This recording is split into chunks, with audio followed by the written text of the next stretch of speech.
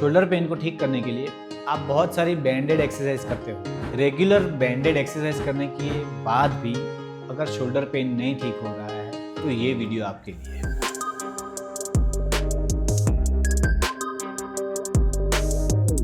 जो लोग regular gym जाते हैं या क्रिकेट खेलते हैं उनको ये शोल्डर पेन बहुत कॉमन है और उनको लगता है कि बैंडेड एक्सरसाइज करने से उनका दर्द ठीक हो जाएगा। लेकिन कई बार मैंने देखा है कि लोग 2-3 महीने तक बैंडेड एक्सरसाइज करते हैं फिर भी ये पेन ठीक नहीं होता है। हेलो फ्रेंड्स, मेरा नाम है डॉक्टर जयेश और मैं एक फिजियोथेरेपिस्ट हूँ। शोल्डर है ना, एक बहुत कॉम्प्लेक्स सिस्टम है। सिर्फ शोल्डर जॉइंट पे फोकस करेंगे तो कभी पेन नहीं जाने वाला। ये पूरा सिस्टम जब साथ में काम करता है तभी कोई भी इंजरी की वजह से हमें पेन नहीं होता है। ज़्यादातर बैंडेड एक्सरसाइज से पेन ठीक नहीं होता है। उसमें ये 5 मिसिंग पीसेस होते हैं। पहला, हमारी थोरेसिक स्पाइन की मोबिलिटी। कोई भी मसल्स का जो पेन होता है वो विदाउट मूवमेंट ठीक किए सॉल्व नहीं हो सकता। दूसरा, रिब केज की मूवमेंट। ब्रीदिंग अगर शैलो है शोल्डर पेन होगा। तीसरा, एंटीरियर और पोस्टीरियर मसल्स का इम्बैलेंस या टाइटनेस।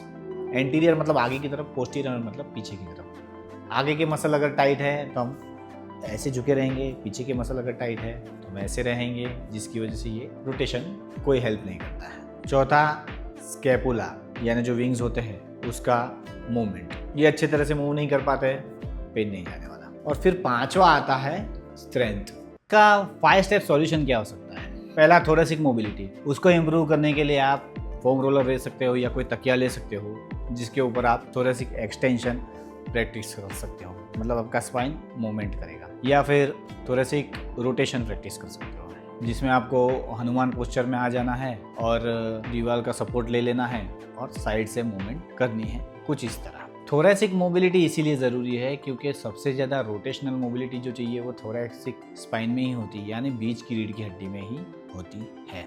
दूसरा, आपका रिब केज का पोजीशनिंग इंप्रूव करना पड़ेगा। रिब केज का पोजीशनिंग मतलब अगर आप ऐसे खड़े रहते हो तो रिब केज ऐसे रहेगा, अगर आप ऐसे खड़े रहते हो तो रिब केज ऐसे रहेगा। तो उसको एक न्यूट्रल पोजीशन पे लाना जरूरी है। तो उसके लिए आप ब्रीदिंग एक्सरसाइज कर सकते हो। समझो अगर आगे रिब केज अच्छे से खुल नहीं रहा है, क्योंकि अगर आगे के मसल टाइट है तो रिब केज को जगह कहाँ से मिलेगी, ब्रीदिंग अच्छे से कैसे होगा? तो उसके लिए आगे हवा भर के डीप ब्रीदिंग करना है। पीछे के मसल अगर टाइट है तो पीछे उसी तरह हवा भर के थोड़ा रिब केज को एक्सपेंशन करने की कोशिश करना है। तो ये हो गया रिब केज की मोबिलिटी। तीसरा हो गया हमारा स्कैपुलर मूवमेंट्स। स्कैपुलर मूवमेंट्स बहुत ज़रूरी है।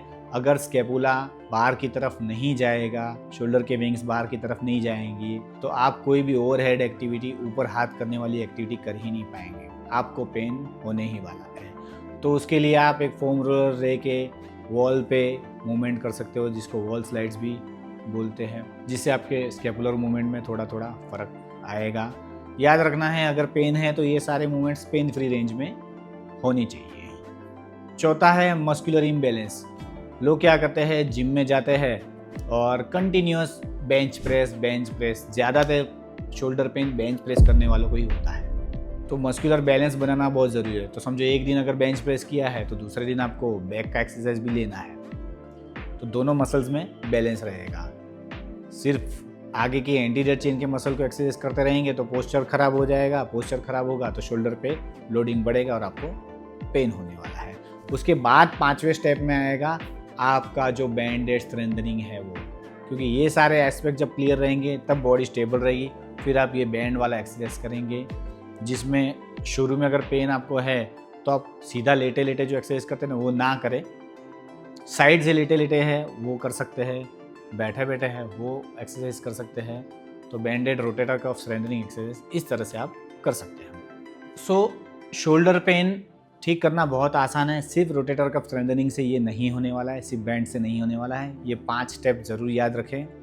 याद रखना है, मस्कुलर पेन रिहैब में, मस्कुलर पेन को अगर ठीक करना है तो हमेशा जॉइंट्स की मूवमेंट क्लियर होना ज़रूरी है।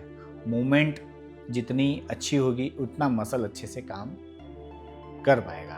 तो आपके जॉइंट की मूवमेंट रेस्ट्रिक्टेड है, मसल अगर टाइट है तो पहले उसके ऊपर काम करना ज़रूरी है। उसके बाद सीधा ज़्यादा वेट उठाने नहीं लग जाना है। सिंपल आइसोमेट्रिक मूवमेंट्स करनी है।